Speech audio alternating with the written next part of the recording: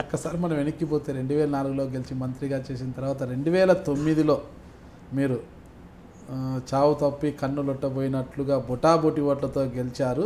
అయినప్పటికీ కూడా ఆ విజయం చెల్లదు. యాక్చువల్గా తనే విజయం, మీ ప్రత్యర్థి కూడా టీడీపీ అభ్యర్థి అనుకుంటా కోర్టును ఆశ్రయించారు. ఆ తర్వాత అతన్ని పొన్నాల లక్ష్మయ్య గారు మెయింటైన్ చేశారు. నువ్వు గెలిస్తే ఎమ్మెల్యే అవుతావు, నేను గెలిస్తే ప్రభుత్వం వచ్చింది, నేను మంత్రి అవుతాను, నీకు ఏం కావాలరా నేను చేస్తానంటూ అతను మెయింటైన్ చేసి మరి అదేదో సర్దుబాటు చేసుకున్నారు. సర్దుబాటు ఇది ఏం ఊహలో ఏం ఆలోచనలో ఎట్లా వస్తాయో తెలియదు. ఇది 100కి 100 రూపాయలు అబద్ధం. ఆయన సరే నేను బొటాబొటి ఓట్లతో గెలిచింది వాస్తవం, ఇది కాదనలేని నగ్న సత్యం. కానీ ప్రజా నిర్ణయాన్ని నేనెవరు ఆక్షేపించేది? ఓడిపోయినప్పుడు ఏమన్నా అన్నానా? 85లో ఓడిపోయాం, 94లో ఓడిపోయాం, 2014లో ఓడిపోయాను, 7 సార్లు 4 సార్లు గెలిచాను, 3 సార్లు ఓడిపోయాను. ఒక్క నిమిషం మళ్ళీ పక్కదారొద్దు. అంటే ఓడిపోయినప్పుడు అనని మాట, గెలిచినప్పుడు బొటాబొటి లేకుంటే ఏదో వచ్చింది మేనేజ్ చేసాం అది కాదు. ఆయన కోర్టుకి వెళ్ళాడు, నేను సుప్రీంకోర్టు దాకా వెళ్ళాను, స్టే తెచ్చాను. ఆయనే ఫర్ ఎగ్జాంపుల్ మీకు డీటెయిల్స్ అన్నీ చెప్పాలంటే టైం పడుతుంది. కానీ ఒక వాస్తవ పరిస్థితులను అవాస్తవంగా చిత్రీకరించడం మంచిది కాదు. ఆయనతో నేనేంటి రాజీ, నేను ఎప్పుడు ఆయన జీవితంలో కలవలేదు, మాట్లాడలేదు, నాకు అవసరం లేదు. ఓటమిని అంగీకరించాను, గెలుపును స్వీకరించాను. అది 236 20,000 నాకు అనవసరం. అందుకోసం అది ఆయనతో కుమ్ముక్కైంది కాదు. ఆ కుమ్ముక్కై ఉంటే సుప్రీంకోర్టు దాకా ఎందుకు పోతాం, కోర్టులు అక్షంతలు ఎందుకు ఇస్తాయి ఆయనకు. తర్వాత నేను ఫలితాల రోజు రీకౌంటింగ్ అవసరం లేకపోయినా ఎన్నికల ఇది మెషిన్స్ తీసుకొచ్చి అతను ఒక యూపీ ఆఫీసర్ ఉండే, ఐఏఎస్ ఆఫీసర్, నాకు అన్నాడు, ఏముందండి అది ఎలక్షన్ ఇదే కదా, ఆయన అంటున్నాడు, ఒకసారి చూపిస్తే గొడవ పోతుంది కదా అన్నాడు. అంటే నాకేం అభ్యంతరం లేదు, కానీ పద్ధతి తప్పి మీరు చూపిస్తున్నారు. పద్ధతి మాత్రం కాదు, ఆయనే పిటిషన్ వేసుకొని చేయాల్సిందే. కానీ మీరు మిమ్మల్ని చూశాను, మీరు ఎస్ అంటే ఇక్కడితో అయిపోతుంది కదా అన్నాడు. అయితే చేయండి అన్నాడు.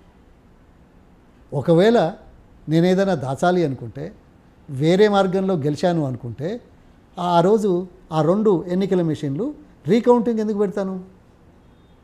ఎందుకంటే నేనేం చేయలేదు కాబట్టి. ఆ రీకౌంటింగ్లో ఏది ఉందో అదే వచ్చింది. దేని మీదనైతే ఆక్షేపణ చెప్పాడో, మార్చారు అని చెప్పాడో, ఆ 2 మెషిన్లని మళ్ళీ పెట్టాం.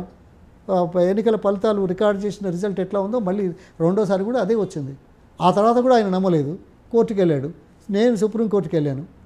ఇక్కడ కోర్టు ఇక సరే అవన్నీ అయిపోయినాయి, చివరికి ఫలితం వచ్చింది, కోర్టు తీర్పు వచ్చింది.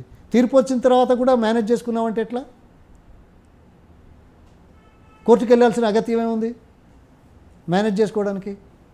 మేనేజ్ ఎందుకు చేసుకోవాలి, దేనికోసం చేసుకోవాలి?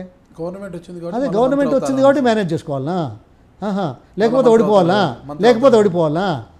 ఈ వితండవాదం ఎక్కడదండి? ఎవరైనా ఓడిపోదాం అనుకుంటారా?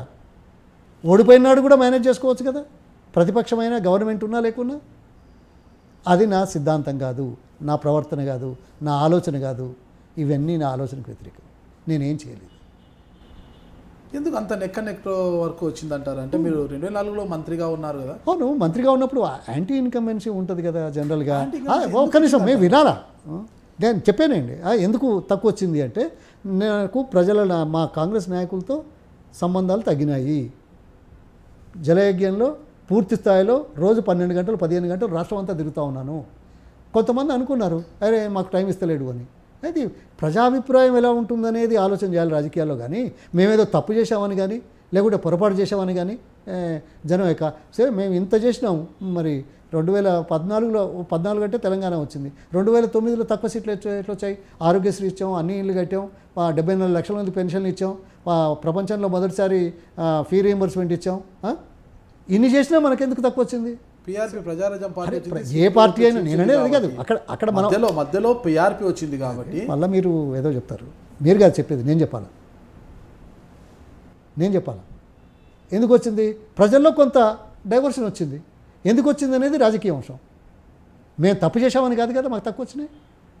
ప్రజారాజ్యం పార్టీ వచ్చింది కదా అక్కడ. అరే ప్రజారాజ్యం కానీ ఏ రాజ్యం కానివ్వండి, ప్రజల్లో కొంత డైవర్షన్ వచ్చిందని నేను అన్నాను కదా. పార్టీ వచ్చినప్పుడు ప్రజల యొక్క చూపు మరలుతుంది కదా.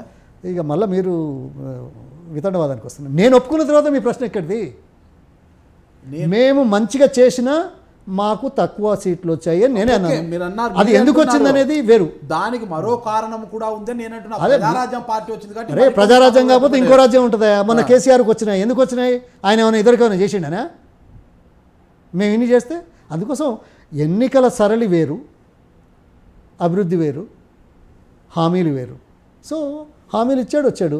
అక్కడ ఇంకో రాజకీయ పార్టీ పుట్టింది, ఇంకేదో వచ్చారు, తెలుగుదేశానికి వేశారు, ప్రజారాజ్యానికి వేశారు, ఓటు జీలినాయి, మాకు తక్కువ వచ్చినాయి. కానీ మేమేమో తప్పు చేశామని వేయలేదే, తక్కువ చేశామని వేయలేదే, పనిష్మెంట్ ఇవ్వలేదే, తక్కువ సీట్లు ఇవ్వలేదే. దానివల్ల కాదు కదా. వాళ్ళ ఆశలు ఆకాంక్షలు వేరే రకంగా ఉన్నాయి.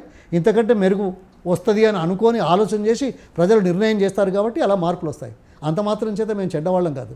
నాకు తక్కువ ఓట్లు వచ్చాయి కాబట్టి నేనేదో చాలా పాపం చేశాను, లేకపోతే గెలిచాను కాబట్టి అత్యంత పుణ్యపురుషుడని, లేకుంటే ఓడిపోయాను కాబట్టి ఉత్తమ వెధవని అనే సమస్య కాదు. అక్కడ రాజకీయ అంశాలు వేరు, అభివృద్ధి కార్యక్రమాలు వేరు, పథకాలు వేరు, ప్రణాళికలు వేరు, ప్రజలను చేరుకోవడం వేరు, ఎన్నో విషయాలు ముడిపడి ఉంటాయి ఎన్నికల్లో.